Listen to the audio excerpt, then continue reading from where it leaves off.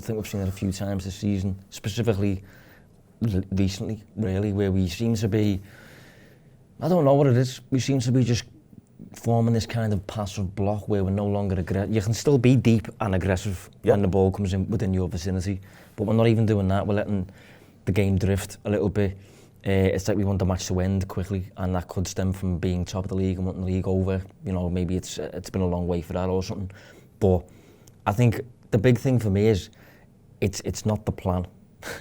So if it's not the plan, something is going wrong. We need to fix it then. I think that's where I am with it. I'll show you we'll build the case for the prosecution more, and then maybe we'll do a bit of the case for the defence. So if you move forward, here's the first half pass map. I've broken them into two.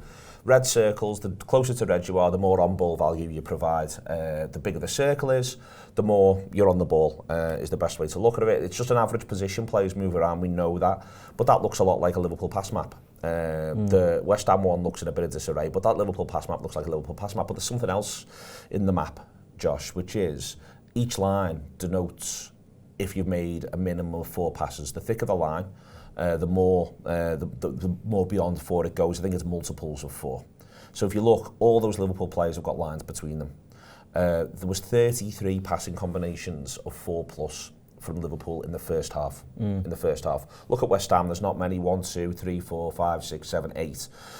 8 for West Ham in the first half period. Liverpool had 33 4+ passing combinations. That's the first half. That's the second half for Liverpool. Now it gets messy because of the subs. Yeah. But there's only one passing combination of 4+, which is Virgil van Dijk to Konate. Yeah, the one that you don't want. The one that you shouldn't want the least. Yeah. West Ham, there's still not loads for West Ham. I think West Ham hit about 16 in there, you know. So it's not as though West Ham are doing unbelievably well, and none of them are with Jared Bowen, which you'd think if West Ham were really dominant in the game, there'd be more Jared Bowen getting involved. When Fulcrum comes on, he doesn't have one with anyone himself either in either direction. But Liverpool go from 33 4+ passing combinations to 1 in the second half. For me, that is utterly damning. If Liverpool were playing against Paris Saint-Germain, you go, well, okay, that's the sort of thing that can happen when you come up a great side, and if you've hung on in there, etc., then you've just got to roll with those punches. West Ham are 17th. Yeah, well, I thought it was awful. Honestly, I did. I think if you look at the first one as well, the number of combinations in and around Mo Salah. Yeah. You know, he really did have the West Ham left back. I think it was on toast. Really, I think it was a young kid, wasn't Skulls, it? Yeah. We really used that kind of zone to really get inroads in there, and Salah was on fire. You know, his assist was brilliant. Second half, I think he touched the ball something like 4 times before he gets subbed. Comes off the pitch shaking his head. But it was just a really bad second half. And as I said, it's ultimately not the plan. So something is going wrong. You're at home. You've got a 1-goal lead. You're against the 17th best team in England. That's essentially not good enough, really, is what I'm getting at. I want to move on and talk about the pressures. Is Liverpool's first half pressure map. Again, breaking it into halves. You get to see Liverpool, a lot of pressing on the left-hand side of the pitch, which I thought was quite interesting. I thought Liverpool were looking to get on top of West Ham in that area. I thought it went really well. Diaz off the ball, McAllister pulling that way. I thought that was really effective. A lot of the others is Curtis Jones. He's one of Liverpool's top pressers first half. Second half, it's still a little bit up the left-hand side there, but more scattered coming backwards. For me, what's more damning, that was West Ham's. This is West Ham first half. Pressing map, Josh. So the underlying numbers of it is that first half, West Ham put in 98 pressures, 11 counter pressures and 98 pressures is what they put in first half. Second half, West Ham put in, we'll have it here, 40 pressures. That's it, 40. I can't get over that. I can't get over the fact that Liverpool, 41, sorry, 6 counter pressures, 41 pressures.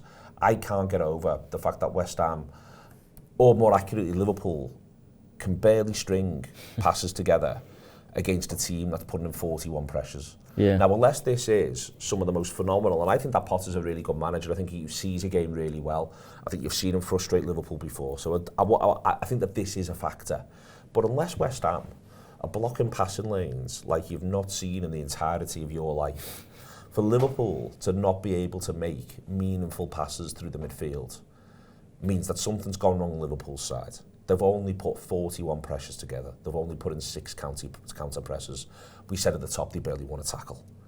This is not some sort of West Ham aggressive masterclass. I think they are more aggressive in patches and in areas, but it's not some sort of Bernardo Silva-led Manchester City where they're going to run all over you. That doesn't happen. The stats tell you that did not happen in this game. No, and you've only got to look at the colour of the pitch, the colour of the pressure map.